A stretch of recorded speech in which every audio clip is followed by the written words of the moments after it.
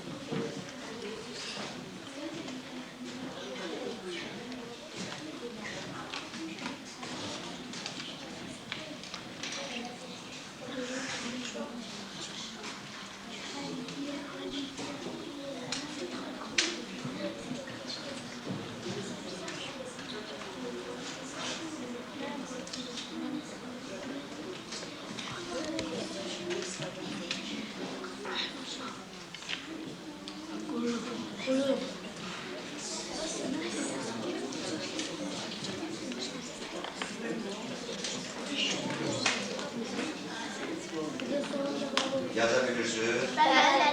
Biraz tez olun, yeşonlaştırın.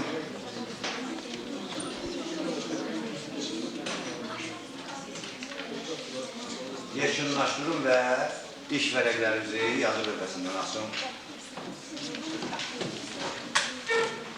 Kim təqdim edəcəksə onu da müəyyənləşdirir. Qrupumuzun lideri təqdim edəsinə öz aranızda razılığa gəlir ki, kim təqdim edəcək. Yeşonlaşdırın asın.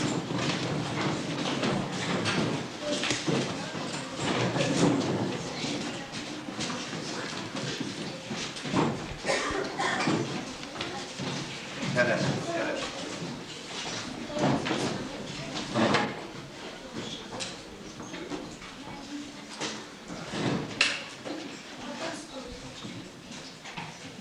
Hə, kim gəlmək istəyir?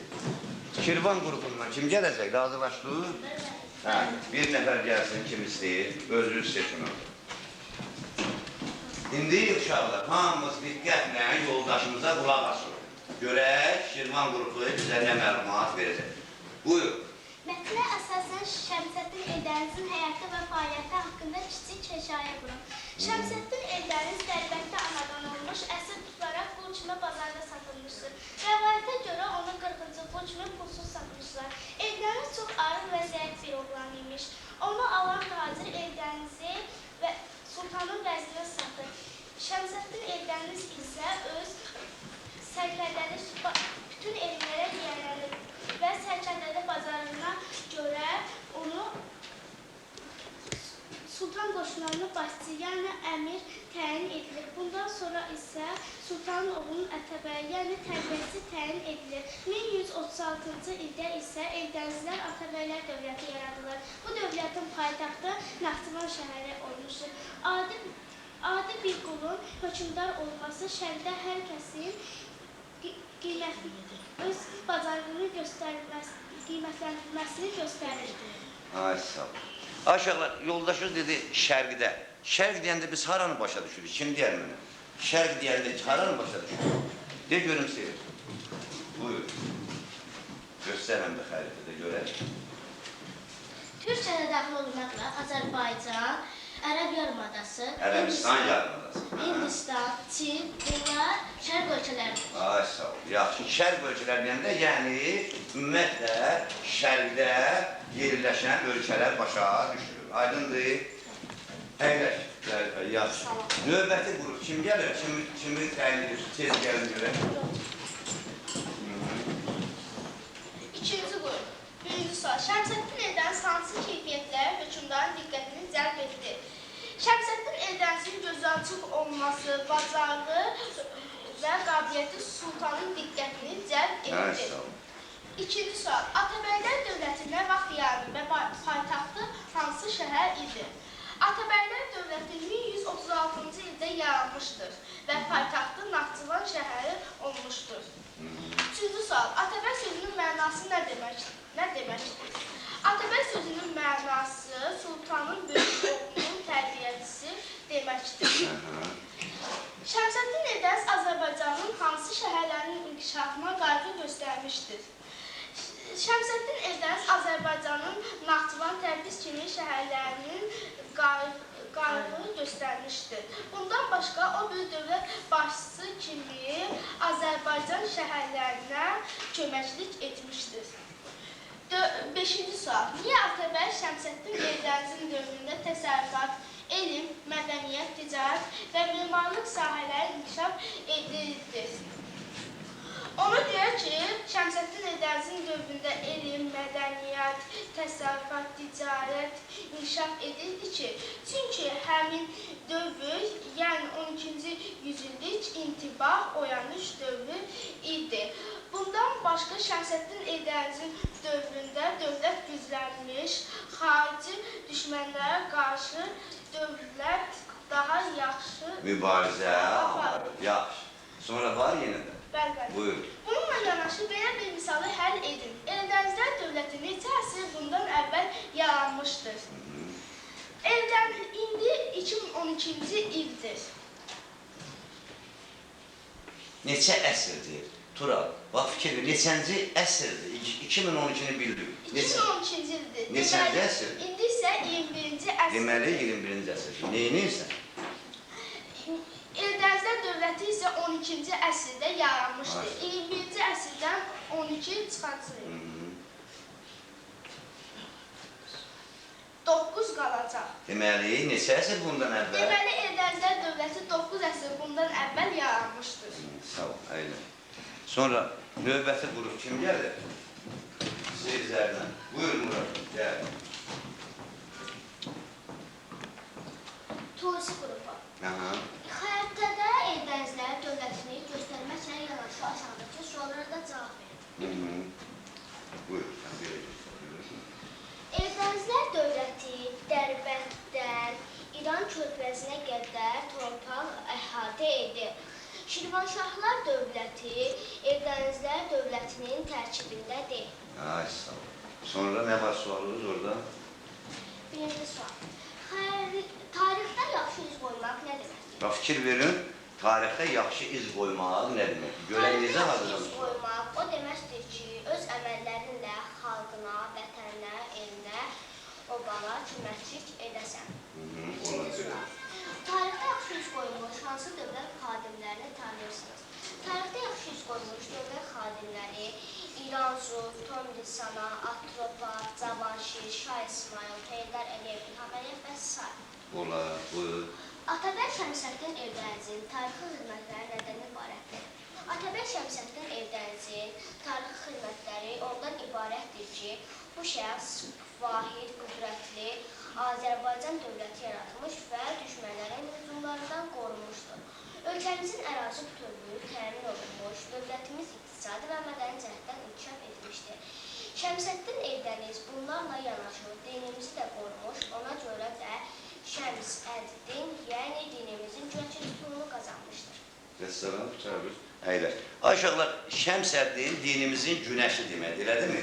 Bax, siz görürsünüz ki, günəş şəklindənsə rəngləmişsiniz. Bəs şəms deyəndə biz nə başa düşürük? Şəms nə deməkdir? Kimdir? Nizzətliyə görürük? Günəş. Günəş deməkdir və şəms sözü günəş deməkdir. Növbəti qrupdan gəlin görək. Babayeva Aytaç, hə?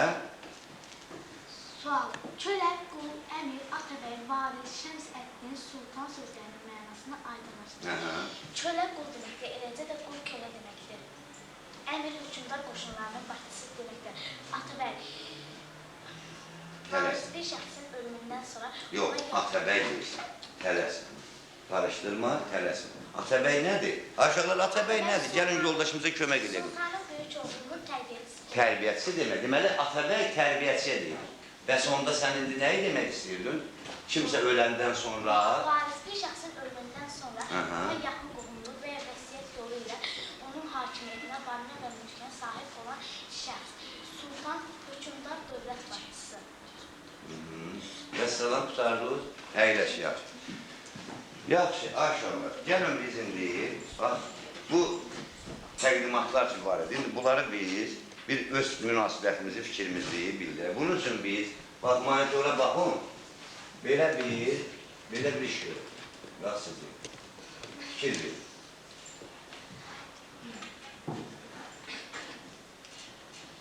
Kim deyər, nədir bu aşağıda? Kubdur. Kubun neçə üzü olur? 6 üzü olur.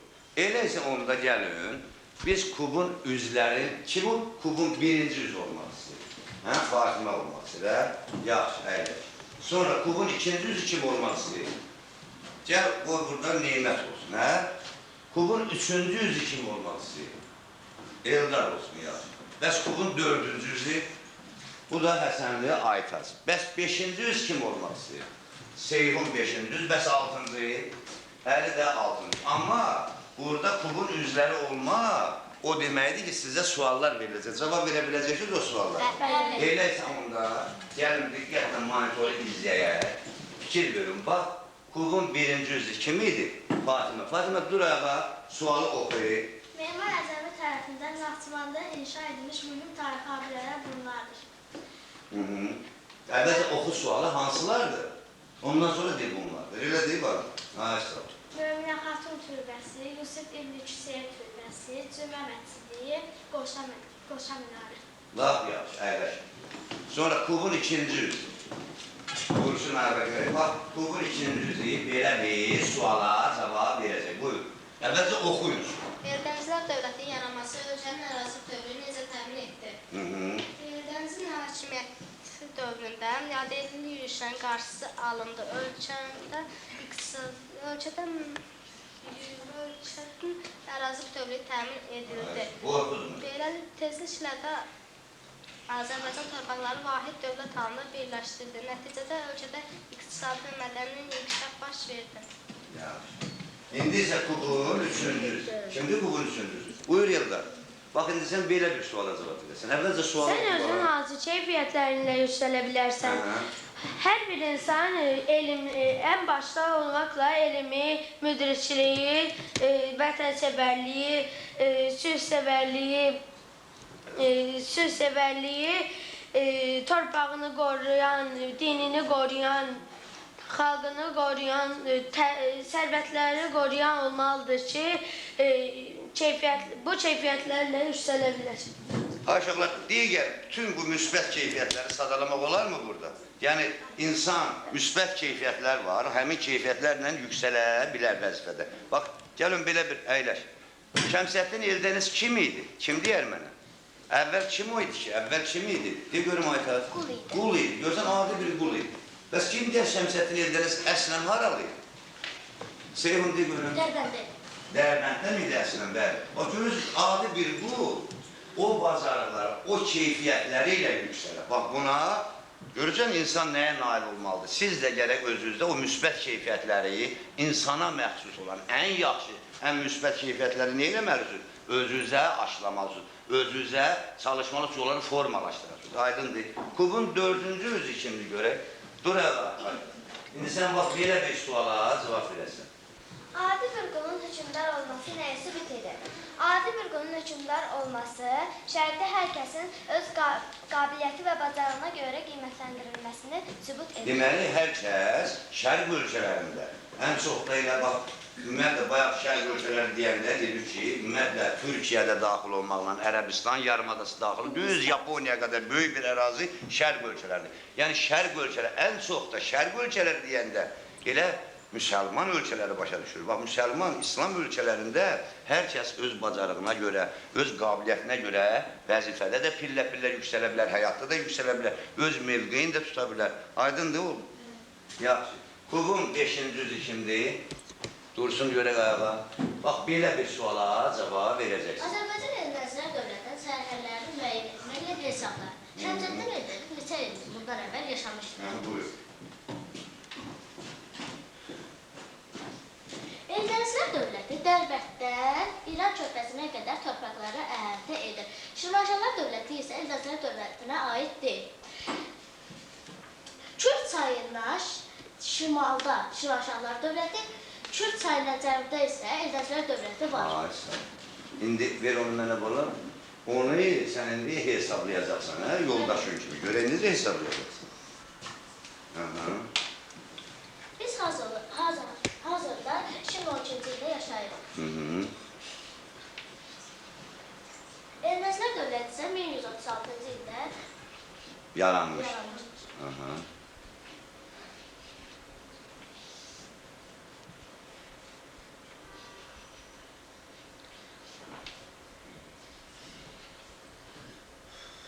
Qalıb 876. Deməli, Eldənizlər dövləti neçə il bundan əvvəl meydana gəlir? 876. Ay, sağ ol, əyləş. Kubun 6-cı üzü hanı versin? Ay, sağ ol, dur əvvəl görün. Əli, bax, ay, sağ ol, fikir verin bura.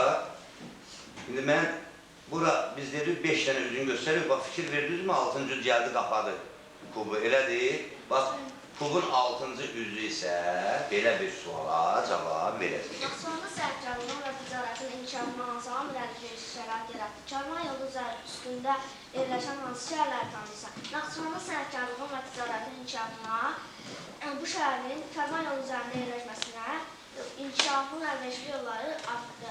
Karvan yolu üzərində yerləşən şəhərlər bunlardır. Gəncə, Ərdəbil, Təbriz və s. Bax, uşaqlar, biz sizinlə Şəmsəddin Eldəniz haqqında qısa da olsa məlumat öyrəndik. Öyrəndik, Şəmsəddin Eldəniz haqqında biz nə deyə bilərik? Nə deyə bilərik? Bax, kim mənim üçün Şəmsəddin Eldənizə qısa bir məlumat deyər? Əslən Dərbənddən olub, qul olub, elədirmi? Onu kim alır tacir? Bir tacir aldı, onu kimə satır daha doğrusu?